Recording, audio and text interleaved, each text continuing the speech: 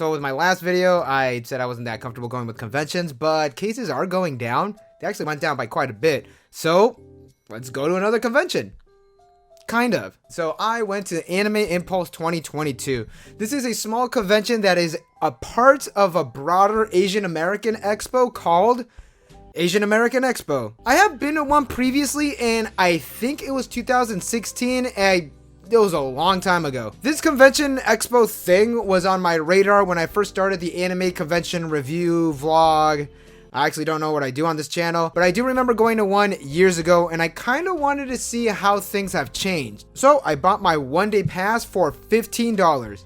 Yes, $15. And as per usual, I did go on the Sunday because I had something else to do on Saturday. So I popped over to 85 degrees and got myself an energy drink and some coffee. I drove 10 minutes in the opposite direction. After a U-turn, I made it. Paid for parking, 15 bucks, and now we're walking over to a trolley. Yes, a trolley. And here we are on the trolley. It's very nice. I haven't been on a trolley in a while. What is that? Can I ride that? Is it okay for me to touch it? Here we are in line, and I have my pass online. You can see me. Hello, everyone. We made it in. I'm trying to get over there, but we made it in. And now we're going to have to pop in line so we could get checked in. Before we get in, it's customary to say hello to the fallen teriyaki bottle on the floor. After providing proof of vaccination and our ticket, we've made it in. Here is a big screen. Directly in front of us is a bunch of food vendors and overall the Asian American Expo, but we're going to the left for Anime Impulse. But we got stopped by Sneaker Expo. We're gonna have to pop in there. Before we get to Anime Impulse, we have to walk through a bunch of food vendors. Here we have yakisoba, some corn. Now this one's interesting. This is Pop Umai. They sell cookies in the shape of different anime characters. Here's a Mari from Hololive Itasha, so that means we must be getting close. Yep, we're getting close. We're getting a lot more Itasha. Over to the left is the guest meet and greets, which we will be popping in a little bit. Directly in front of us is Artist Alley, and there's a Pecora car. A lot of Hololive cars. As I was saying, in front of us is Artist Alley. There's the community stage to the left. And the building to the right that we are going to enter is the main hall. So with that, let's talk about the actual convention itself. The Asian American Expo was divided into 4 different zones. The Asian American Expo, Anime Impulse, Sneaker Expo, and K-Play. If you purchased your ticket for one, you get access to all of the different areas. That's right, for $15, you are treated to not one, but 4 different smaller conventions all in one area. That is one of the reasons why this piqued my interest and why I wanted to go to this. We are going to start off with Anime Impulse because that's what you're here for. This was split between 4 different areas. There was the main hall, guests and autographs, the community stage / car area, and Artist Alley. We're gonna start off with the main hall. This is where the vendors were located. The map makes it look like it's sparsely populated, but there were a decent amount of vendors here. At the very back of the hall, there was a maid cafe and of course our old friends, Game Saru. Oh my god, I love them so much. They do float around different smaller conventions. All games are free to play and they have a great variety of different arcade games. My personal favorite, Mushihime, was there and I played the game to completion. Go watch my anime manga vlog because some of the games that they had there were not here because there wasn't that much space. And now we're gonna go over some of the cool stuff that was at the convention hall. To start off, what's cooler than this? Also, here's a giant Gundam. Very nice. Here's a better shot of the arcade. At the very front were a bunch of rhythm games, you know, your Dance Dance Revolutions, your Dance Dance Revolutions, and your Dance Dance Revolutions. And of course, the idol game does make an appearance as well. Dance Evolution is what it's called. The middle section had more of a variety of the games, and over at the end there were more music games and fighting games as well.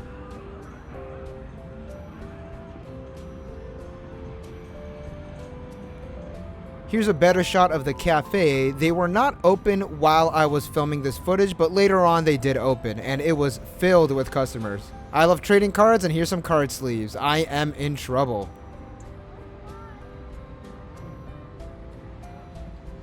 Although there wasn't anything that caught my eye. What is that? I want one. Where can I get one? And over here is a Ramune license plate. That is interesting. Book Off is here with some mystery boxes, but I noticed Animatopia is not here. Yeah, don't get these. These are a scam. You probably know that already. Just get yourself a figure that you actually want. Like me. I got this. Oh, hello, dog. How much for that? I want that. Over here is a photo booth. The pictures were free to take. These are card covers for your Nessica card. And I bought one because I love Groove Coaster.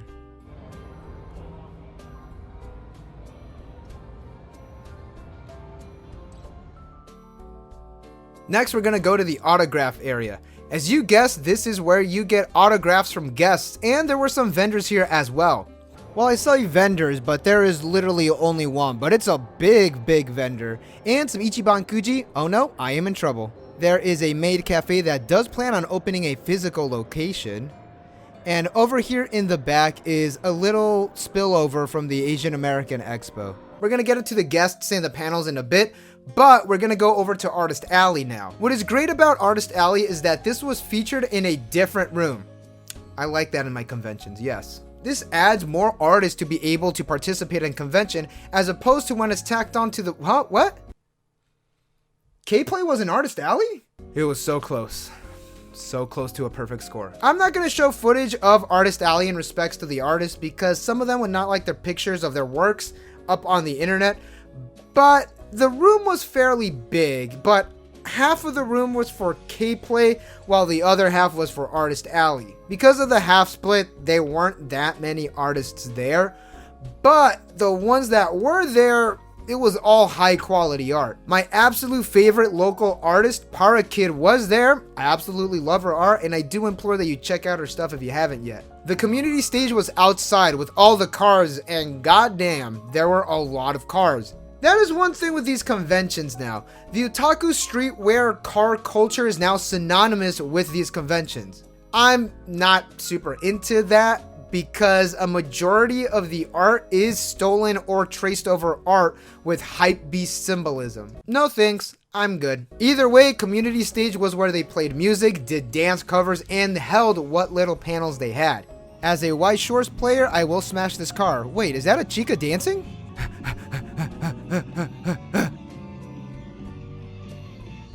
Alright, we made it. And yes it is. Y'all can see this, right? I'm assuming y'all can. Alright, so now let's talk about more of the deeper cuts of the convention.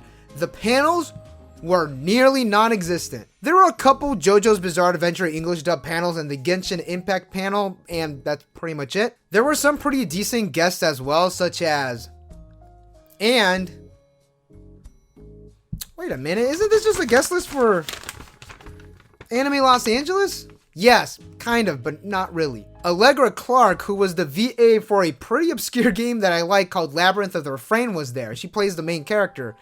That is great. I wish I had a physical copy of the game for her to sign because I would love for her to do it because she was phenomenal in it. Robbie Damon was also there and he was the voice of Reinhard. Thinking back now, I should have had him sign my 3-2 Reinhardt, but oh well. It's too late now. Now, panel-wise, this is where it suffers. Guest-wise, it had some good guests, but like every other small convention, there's no industry guests or any Japanese guests. What there was a lot of was cosplayers, which we do need to remember that COVID is still a thing, so we probably are not getting that many guests because of that. Also, I think it was a pretty good idea to have the community stage outside. That way the music isn't too overbearing indoors, but there's also no place to do panels. Hence why there's like no panels. So let's talk about the other parts of the expo. K-Play was confusing to me. I'm not into the K-pop fandom, so this was a little lost to me. Call me a boomer, even though I'm not, but I will accept it this one time. It was pretty small with some vendors and pop-ups to take photos in. If you're a K-pop fan and you attended,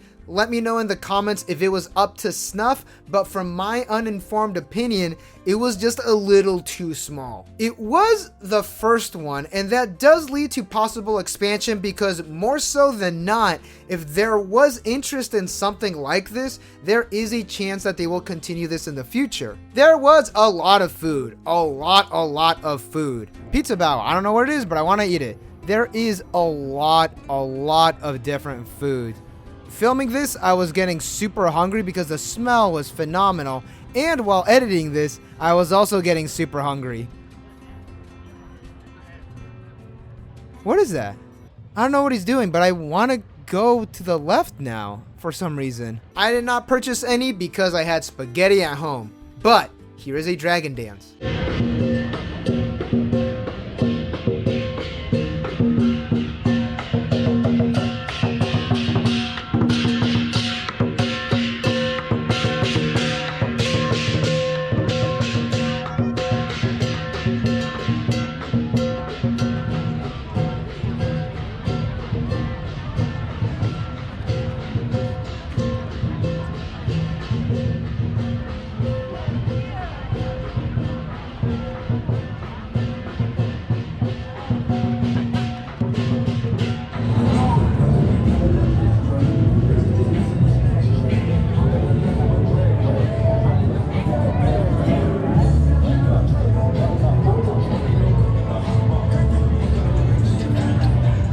Also, while I was walking, there was a person handing out flyers, and they were gonna hand me one, but I like waved my hand like that to say that I didn't want one, but she proceeded to crush the paper into my hand for me to take it, and I ended up taking it. Now that is a power move if I have ever seen one. Sneaker Expo. This one is lost on me as well. This is a streetwear, sneaker resale, and vintage clothing trade show.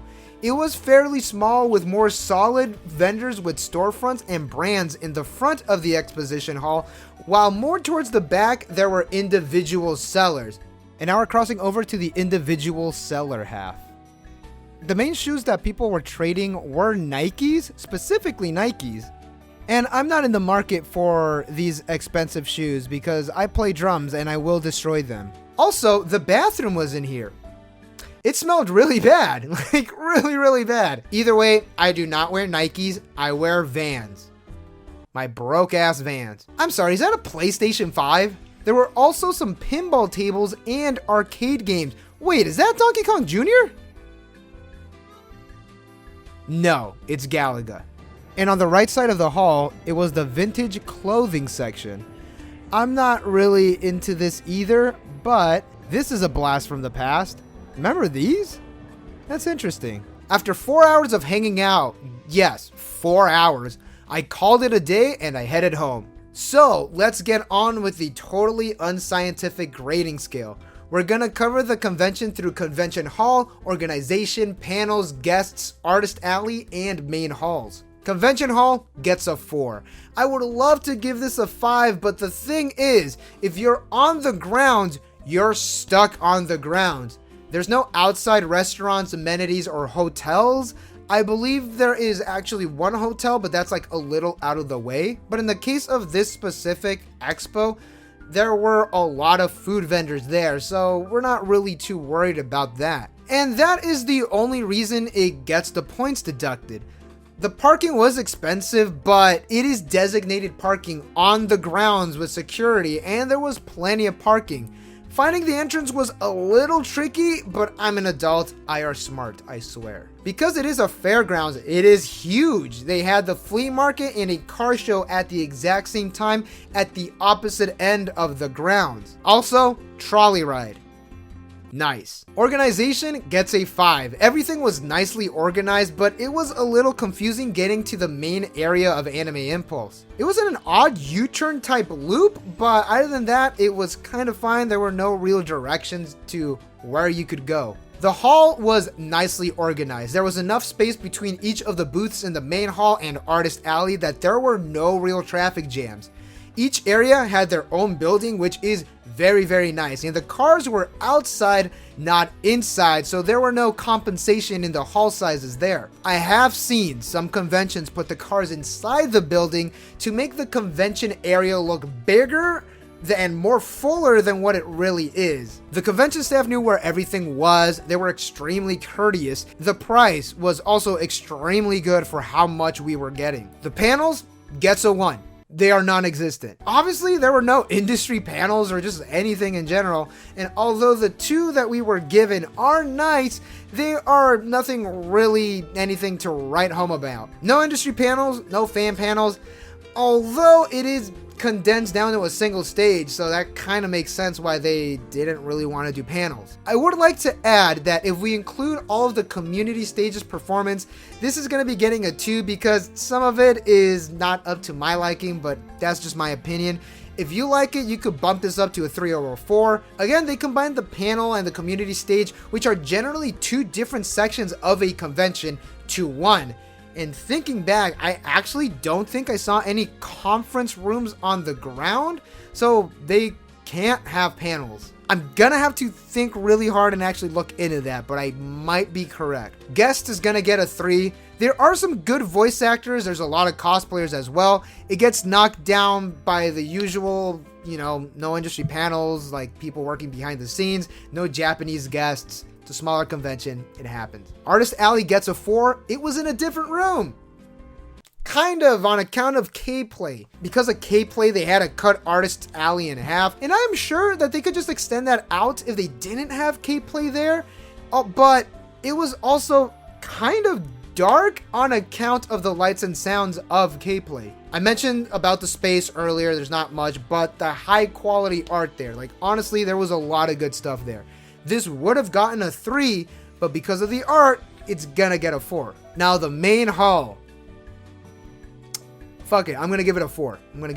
I would give it a 5, but there's no real industry booths. There was Book Off and my favorite anime related company, Toyota. Fuck it, they brought the car, so it's okay, they could stay. There was a lot of, say it with me, trendy Japanese influenced streetwear. Yay, my favorite. This isn't for me. And if it isn't for you, or I actually didn't think of this until now, if you don't have a car, if you're not into car culture as well, this isn't for you. But there was a different variety of sellers that had different things that I will excuse it. There was also the Maid Cafe that had a pretty big and sectioned off location. Like it wasn't in the way of the convention. And I mean that in the nicest way possible, by the way. And of course, the arcade. I could spend hours there. And I actually did. I spent about an hour and a half there playing games. It is nice to take a break from walking around and just talking to people. So the final total is gonna be a 3 out of 5. But I am gonna bump it up to a 4 out of 5. And the reason is because I saw a cuckoo cosplayer that had the Let's School Idol sign. The reason is because of how much extra you're getting for the $15 entry and $15 parking, so let's just round that up to $30. You got some amazing looking food, so that was like a mini food fair. You get an anime convention that is honestly pretty decent by itself, and a fan run, albeit small, K-pop gathering, and some streetwear, sneaker, and vintage clothes resale convention as well. Plus like all the video games you could play for free, although not a lot, but it's still pretty good. That is insanely good for the price. I do not want to say that I speak for everyone, but as a bitter old man, I am impressed here. Overall, I had a phenomenal time. There's a lot of spots for improvement, but color me impressed. Thank you all for watching. Did you go to Anime Impulse or any of the other conventions that were included? What was your experience like? And shout out to the one person that asked me if I was a YouTuber and I said no. I'm sorry I lied to you. Don't forget to like and subscribe for more anime convention reviews and vlogs. Stay safe, everyone. I'll catch you all on the next one.